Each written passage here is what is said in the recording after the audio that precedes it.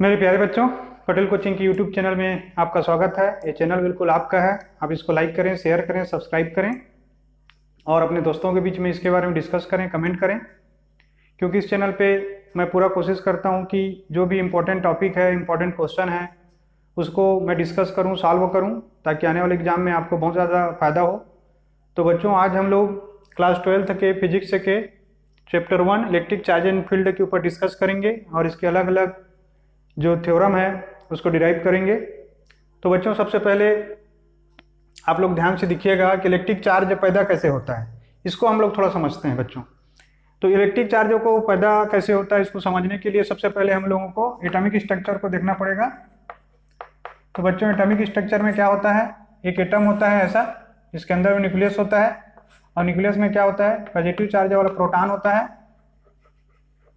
और neutral charge वाला neutron होता है और इसके चारों तरफ अलग अलग ऑर्बिट में ऑर्बिटल करने वाले इलेक्ट्रॉन होते हैं। तो ये आपका मोटा तौर पे एटॉमिक स्ट्रक्चर है। किसी एटम में इस टाइप की कंडीशन होती है, ये न्यूक्लियस होता है और चारों तरफ इलेक्ट्रॉन इसके चक्कर काटते हैं बच्चों। तो हम लोग को मालूम है कि न्यूक्लियस में जितना प्रोटॉन होता है उतना चारों तरफ इलेक्ट्रॉन इसके चक्कर काटते हैं। तो मान लीजिए एबोनाइट का कोई क्षण है, मान लीजिए एबोनाइट का कोई क्षण है या कोई कांच का टुकड़ा है, कोई ग्लास है, उसको बच्चों हम दूसरे से रगड़ते हैं, मान लीजिए किसी बैग से रगड़ते हैं, या ठंड के दिनों में आपने देखा होगा कि जब हम स्वेटर को निकालते हैं या पहनते हैं तो हमारे शरीर से स्वेटर से जो रगड़ होता है तो हमको एक करंट टाइप का एहसास होता है, झटके का एहसास होता है। ऐसा क्यों होता है बच्चों? क्योंकि उस समय क्या होता है कि जो एटम के आउटर भाग में जो इलेक्ट्रॉन रहते हैं वो इलेक्ट्रॉन एक स्थान से दूसरे स्थान तक चले जाते हैं। The outer most electron of any element or any substance or material transfer from one place to another place so that there is a difference in charge। क्या हो जाता है? Difference in charge. तो चार्ज में difference आ जाता है बच्चों। मतलब क्या हो गया कि एक जगह पॉजिटिव चार्ज आ गया और एक जगह नेगेटिव चार्ज आ गया। तो जो पॉजिटिव चार्ज और नेगेटिव चार्ज है बच्चों, तो इनके बीच में कोई कनेक्शन नहीं होता, ये सेपरेट सेपरेट होता है। मतलब जैसे हम लोग बचपन में जो खेलते हैं कि कंघी जो कॉम होता है बच्चों, कॉम से बालों को रगड़ते हैं, रगड़ने के बाद क्या होता है कि हम लोग छोटा छोटा कागज को उससे खींचते हैं, ये कागज को कॉम से खींचते हैं बच्चों, तो कॉम से कागज चिपक जाता है। तो ये जो चार्ज होता है बच्चों, यही इलेक्ट्रोस्टैटिक है, क्योंकि इसमें एक चार्ज है। और याद रखिएगा, where there is a charge there is a magnetism. जहां पे भी इलेक्ट्रिसिटी है वहां पे मैग्नेटिज्म भी है, क्योंकि ये दोनों एक दूसरे के परपेंडिकुलर, इनके फील्ड एक दूसरे को परपेंडिकुलर होते हैं, नॉर्मल होते हैं। तो ड्यू टू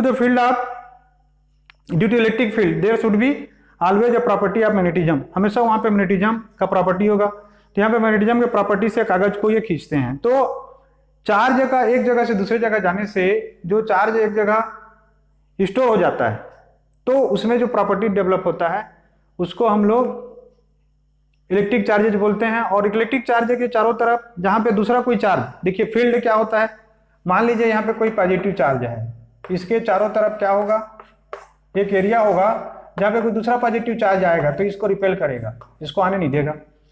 तो जो दूसरा पॉजिटिव चार्ज जो है, जो फोर्स फील करता है कहाँ पे, किसी और पॉजिटिव चार्ज के चारों तरफ, तो उसको हम लोग क्या बोलते हैं बच्चों, उसको हम लोग बोलते हैं फील्ड में। बेसिकली जैसे मैंने आपको अभी एटॉमिक स्ट्रक्चर से बताया, इलेक्ट्रिक चार्ज जो है चार्ज ऑफ इलेक्ट्रॉन ही होता है बच्चों, चार्ज ऑफ इलेक्ट्रॉन। तो चार्ज ऑफ इलेक्ट्रॉन कितना होता है? चार्ज ऑफ इलेक्ट्रॉन होता है 1.6 × 10⁻⁻19 कूलाम। कूलाम क्या है? यहाँ पे कूलाम चार्ज को मेजर करने का यूनिट है। और इसमें एक बहुत इंपॉर्टेंट टॉपिक है चार्ज को लेके, यह है quantization of charges. Quantization of charges. तो क्वांटाइजेशन ऑफ चार्जेज में क्या होता है बच्चों? ये होता है Q = N। Q क्या है? ये टोटल चार्ज है। N क्या है? नंबर ऑफ इलेक्ट्रॉन है।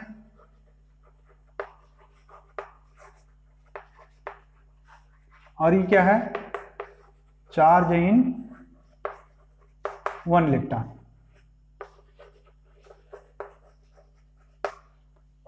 तो तो क्वांटाइजेशन ऑफ चार्जेज क्या होता है बच्चों की, पूरे ब्रह्मांड में, पूरे यूनिवर्स में कहीं पे भी अगर कोई चार्ज है, वो चार्ज हमेशा एक इलेक्ट्रॉन के चार्ज के मल्टीपल में होगा। एक इलेक्ट्रॉन का चार्ज कितना होता है 1.6 × 10⁻⁻19 कूलम।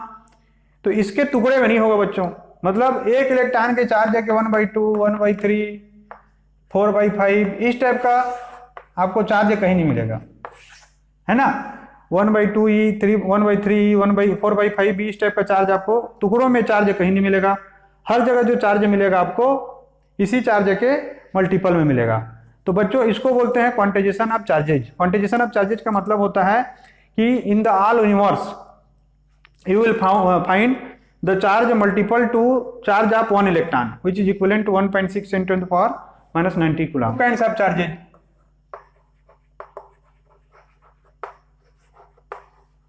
तो चार्ज हमेशा दो प्रकार के होते हैं, एक होता है पॉजिटिव चार्ज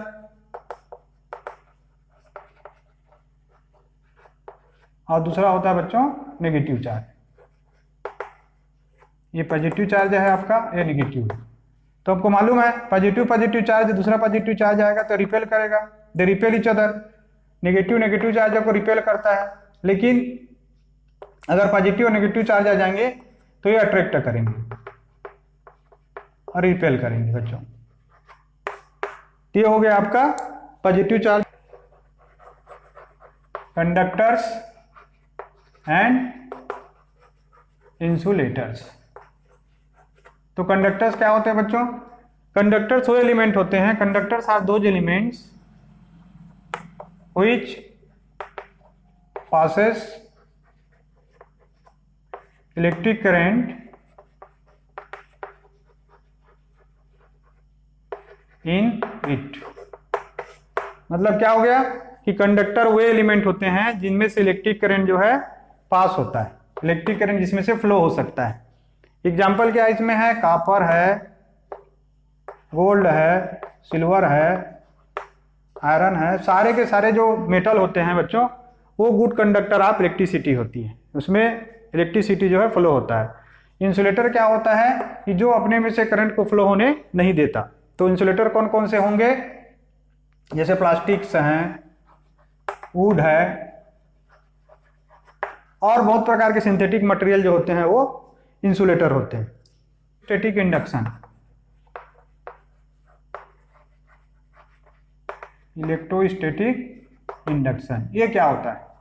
ध्यान से देखिए, मान लीजिए कोई इस टाइप का मटेरियल है, ठीक है, और यहाँ पे एक और मटेरियल है, मान लीजिए इसमें पॉजिटिव चार्ज है।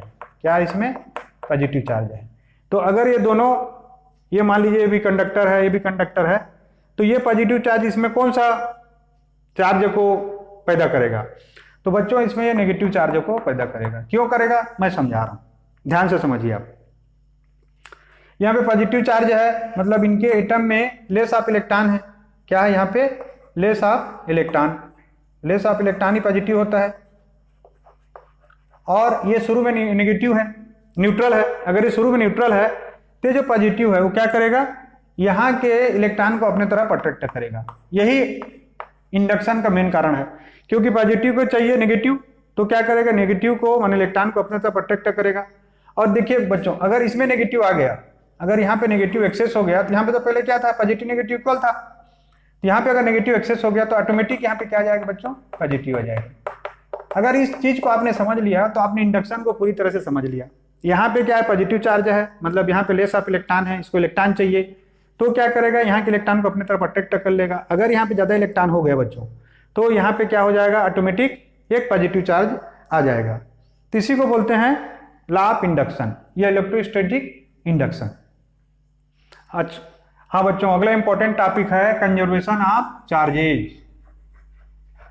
कंजर्वेशन ऑफ चार्जेज, ये क्या होता है बच्चों? देखिए, जहां पे भी टर्म कंजर्वेशन आ गया तो आप एक चीज को समझ लीजिएगा कि charge neither created nor destroyed. Charge न तो पैदा किया जा सकता है और न ही खत्म किया जा सकता है। मतलब चार्ज क्या होगा, ना तो पैदा होगा ना खत्म होगा, बशर्ते वो क्या करेगा, खाली एक जगह से दूसरी जगह तक ट्रांसफर होगा। मतलब टोटल जो चार्ज है यूनिवर्स का वो हमेशा कंजर्व होता है। मतलब ऐसा, जैसे एग्जांपल के तौर पर अगर हम लोग समझें तो मान लीजिए एक बिजली का तार है, कंडक्टर है इलेक्ट्रिसिटी का, यहाँ पे मान लीजिए टोटल जितने इसमें चार्ज हैं, इलेक्ट्रॉन और प्रोटॉन है ना, मैंने माइनस चार्ज है पॉजिटिव चार्ज है, ये हमेशा उतना ही रहता है जितना शुरू में रहता है। मान लीजिए इसमें इलेक्ट्रिसिटी फ्लो होता है तो फ्लो ऑफ इलेक्ट्रॉन होता है, लेकिन एक बार इलेक्ट्रॉन इधर से घुसता है तो तुरंत इलेक्ट्रॉन यहाँ से निकल जाता है।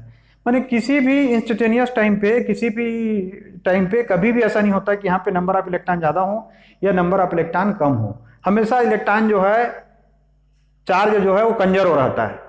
तो कंजर्वेशन ऑफ चार्जेस से हम लोग क्या समझा कि charge neither created not destroyed, न तो चार्ज कभी पैदा हो सकता है न ही डिस्ट्रॉय हो सकता है। हम लोग इलेक्ट्रिक चार्ज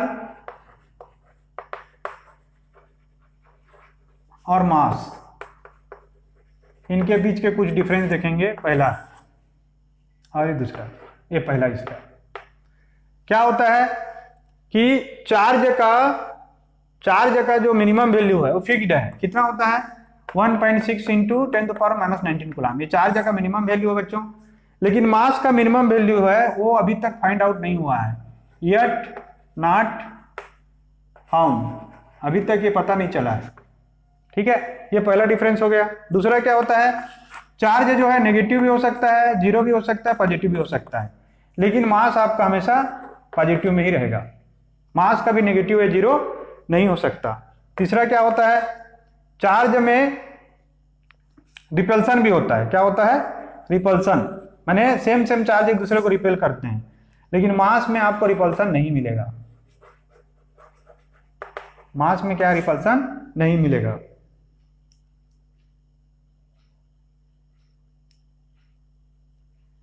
इसमें एक चीज है बच्चों जो इंपॉर्टेंट है फोर्थ नंबर पे, कि दो अलग अलग चार्ज एक दूसरे को खत्म भी कर सकते हैं। Charge can diminish each other, charge can diminish, लेकिन दो मास हमेशा ये क्या हो जाएंगे, ऐड हो जाएंगे, मास हमेशा क्या हो जाएंगे, ऐड हो जाएंगे, मास हमेशा जुड़ जाएंगे।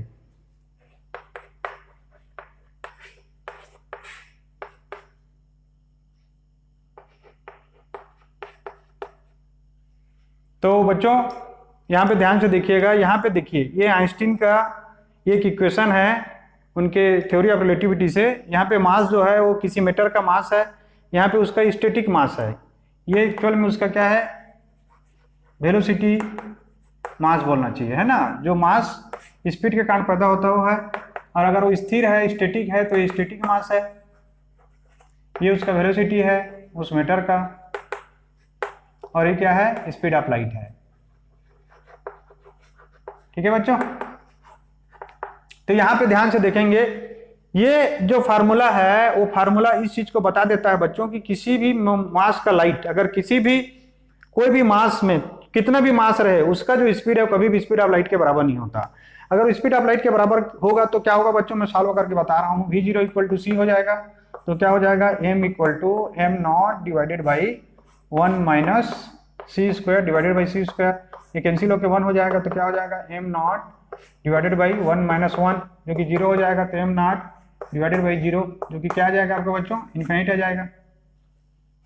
तो किसी भी मैटर का मास जो है इनफिनाइट नहीं हो सकता, अनंत नहीं हो सकता। इसीलिए कोई भी मास जिसमें हल्का भी मास है वो लाइट के 99.99% तक की स्पीड को छू सकता है, लेकिन लाइट की स्पीड को नहीं छू सकता। अगर लाइट की स्पीड को छुएगा तो उसका मास इनफिनाइट हो जाएगा, और इनफिनाइट मास को अभी तक हम लोग विज्ञान में समझ नहीं पाए हैं। तो इसीलिए ये मैक्सिमम जो स्पीड होता है किसी भी मास का वो लाइट की स्पीड के बराबर होता है। तो मेरे को भरोसा होगा कि इस फार्मूला से आप समझ गए होंगे कि क्यों बोला जाता है कि जब maximum speed of light is equal to the light of speed.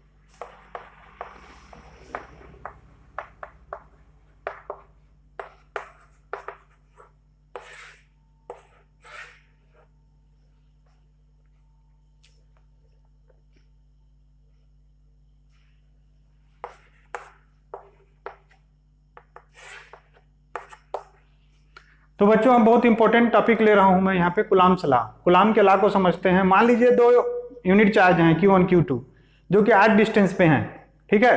कूलाम्ब्स law क्या बताता है कि if there is a unit charge which their value is q1 and q2 and the distance between them is r, so what is the force applying between them, इनके बीच में लगने वाला force क्या होगा? F is directly proportional to q1 q2 और F is inversely proportional to 1/r square। तो बच्चों यही कूलाम्ब्स लॉ का मेन फंडा है कि F is proportional to q1 q2 और F is proportional to 1/r square। अगर हम इसको जोड़ देंगे बच्चों तो क्या मिल जाएगा? F1 proportional to q1 q2 upon r square। और मान लीजिए हम लोग यहाँ पे प्रोपोर्शन को हटाएंगे तो F इक्वल टू के Q1 Q2 R स्क्वायर, और मान लीजिए एयर है या स्पेस है तो ये हो जाएगा आपका K का value equal to 1/4 pi epsilon nought. तो फार्मूला बन जाएगा F equal to 1/4 pi epsilon nought Q1 Q2 upon R square.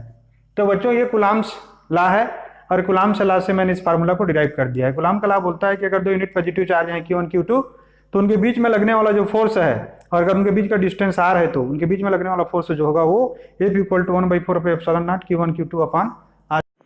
Subscribe to Patel Coaching YouTube channel. Don't forget to press the bell icon to get all the notifications.